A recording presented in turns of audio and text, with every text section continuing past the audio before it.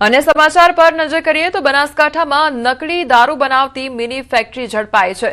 કેમિકલથી દારૂ તૈયાર કરવામાં આવતું હતું તો અલગ અલગ બ્રાન્ડના સ્ટીકર લગાવવામાં આવતા હતા। પોલીસે દારૂ બનાવવાની જે મશીન છે તે પણ કબજે કરી છે।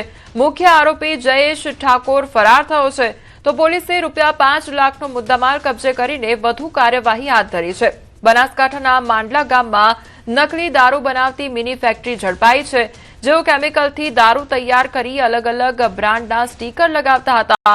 પોલીસે આ કાર્યવાહી દરમિયાન મુખ્ય સૂત્રધાર જયેશ ઠાકોર ફરાર થયો છે, ત્યારે બેરલમાંથી કેમિકલ મિક્સ કરીને દારૂ તૈયાર કરવામાં આવતો હતો। પોલીસે ₹5 લાખનો મુદ્દામાલ કબજે કરીને આગળની કાર્યવાહી હાથ ધરી છે। સંવાદદાતા કિશોર અમારી સાથે જોડાઈ ગયા છે। કિશોર, જે નકલી દારૂ બનાવવાની જે ફેક્ટરી છે તેને ઝડપી પાડવામાં આવી છે, શું અપડેટ, કયા પ્રકારની તપાસ હાથ ધરવામાં આવી રહી છે?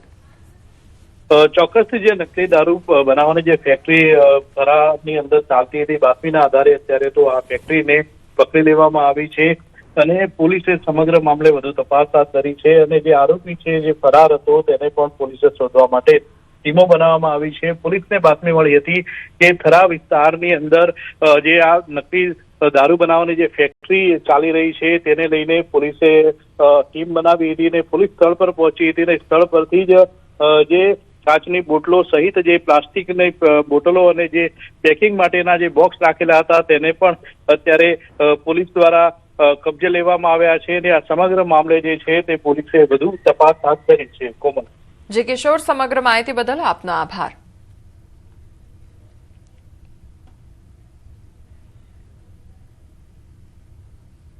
રાજકોટના રૈયા રોડ પર આવારા તત્વોએ રિક્ષામાં આગ લગાડી હોવાની ઘટના સામે આવી છે, તો હનુમાનવાડી ચોકમાં હીરામણ નગરમાં આ ઘટના સર્જાઈ। સમગ્ર ઘટનાના સીસીટીવી ફૂટેજ પણ સામે આવ્યા છે। અંગત અદાવતને કારણે શખ્સે આગ લગાડ્યા હોવાની શક્યતા સેવાઈ રહી છે, તો ગાંધીગ્રામ પોલીસે સીસીટીવીના આધારે વધુ તપાસ શરૂ કરી છે। તો રિક્ષામાં આગ ચાંપી દેવાની આ જે ઘટના સામે આવી છે, પોલીસ દ્વારા વધુ તપાસ હાથ ધરવામાં આવી રહી છે, તે અંગેના સીસીટીવી ફૂટેજ પણ સામે આવ્યા છે। તો રૈયા રોડ પર અસામાજિક તત્વોનો આતંક જોવા મળી રહ્યો છે।